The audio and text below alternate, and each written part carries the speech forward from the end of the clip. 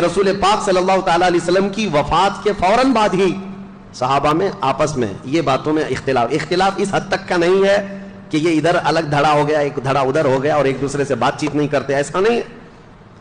حضور پاک صلی اللہ تعالیٰ علیہ وسلم کا جسم مبارک ابھی حجرے میں رکھا ہے، صحابہ موجود تھے، اختلاف اس بات پر ہوا کہ حضور صلی اللہ تعالیٰ علیہ وسلم کو غسل دیا جائے گا کہ نہیں دیا جائے گا۔ بات تھی، آدھے صحابہ یہ کہتے تھے کہ حضور صلی اللہ تعالیٰ علیہ وسلم کو غسل دیں جیسے سارے لوگوں کو غسل دیا گیا ہے، غسل موت کے بعد جو غسل ہے۔ اب حضور صلی اللہ تعالیٰ علیہ وسلم کے لباس پاک کو کوئی ہٹائے، حضور کے لباس کو کوئی ہٹائے اور کوئی دوسرا غسل دے، ان معاملات کو لے کر کے صحابہ حجرے میں کھڑے ہو کر کے آپس میں یہ باتیں کر رہے تھے۔ یہ اختلاف مذموم نہیں، محمود تھا۔ بعض کہہ رہے تھے غسل دیا جائے، بعض صحابہ کہہ رہے تھے نہیں، نبی پاک صلی اللہ تعالیٰ علیہ وسلم نور علی نور، اللہ کے رسول صلی اللہ تعالیٰ علیہ وسلم اسی حالت میں دنیا سے جائیں گے۔ صحابہ میں یہ بات ابھی چل رہی تھی، حدیث شریف ہے، صحیح حدیث ہے بخاری کی بھی، کہ اچانک وہ حجرے میں جتنے کھڑے صحابہ تھے، چھوٹا حجرہ تھا، بہت سارے لوگ اندر آ نہیں سکتے تھے، جتنے صحابہ کھڑے تھے وہ کہتے ہیں ہم کو غنودگی طاری ہوئی، نیند آ گئی، آنکھیں جھپکی اور سب کے سب وہاں پر اونگنے لگے۔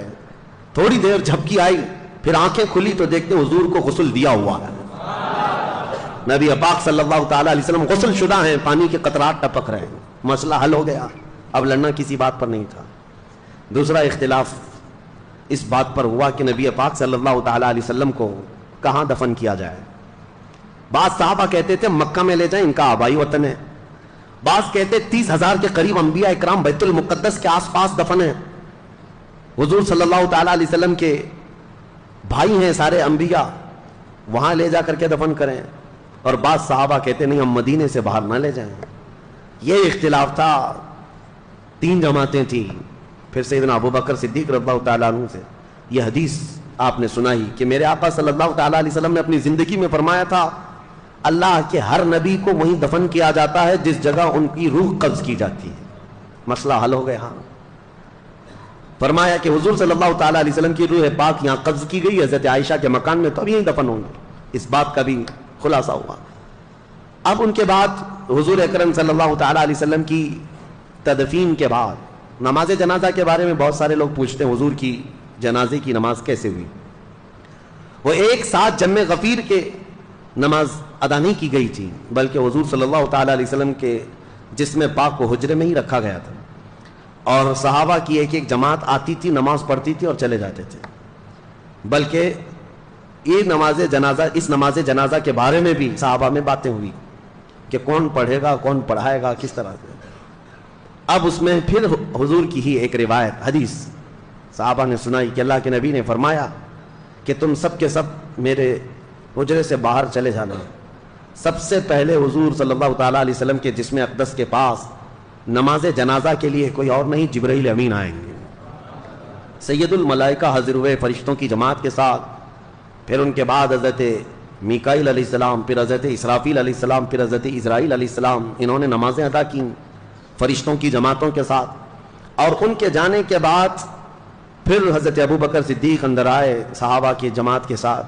پھر ایک کے بعد دیگر صحابہ داخل ہوئے اور سبوں نے اپنی اپنی نمازیں ادا کی۔ اب یہاں ایک مسئلہ بتاؤں، نماز جنازہ جو ہوتی ہے وہ میت کی بخشش اور اس کی مغفرت کی دعا کے لیے ہوتی ہے۔ اب رسول پاک صلی اللہ تعالیٰ علیہ وسلم کی نماز جنازہ پڑھنے والے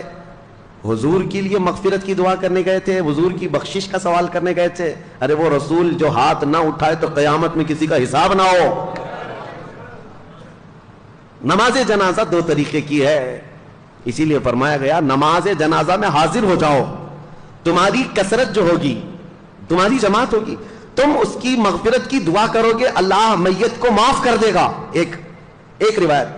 اور فرمایا اگر کوئی بہت نیک انسان کا انتقال ہوا تب بھی جنازہ پڑھو، اس لیے کہ جتنے شریک ہوں گے ان کے گناہ معاف ہو جائیں گے۔ تو وہاں یہ مسئلہ بھی حل ہے۔ رسول کریم صلی اللہ تعالیٰ علیہ وسلم کے نماز جنازہ میں جو گئے تھے وہ سب کے سب مستفیض ہو کر کے آئے، حضور سے انوار و برکات لے کر کے آئے۔ دفن کی بعد بدھ کے دن حضور صلی اللہ تعالیٰ علیہ وسلم کی تدفین ہوئی، 2 دن کے بعد، پیر کے بعد سے لے کر کے بدھ کے دن تک نبی پاک صلی اللہ تعالیٰ علیہ وسلم کے کثیر صحابہ تھے، نماز پڑھنے میں ہی یہ وقت نکلتا رہا۔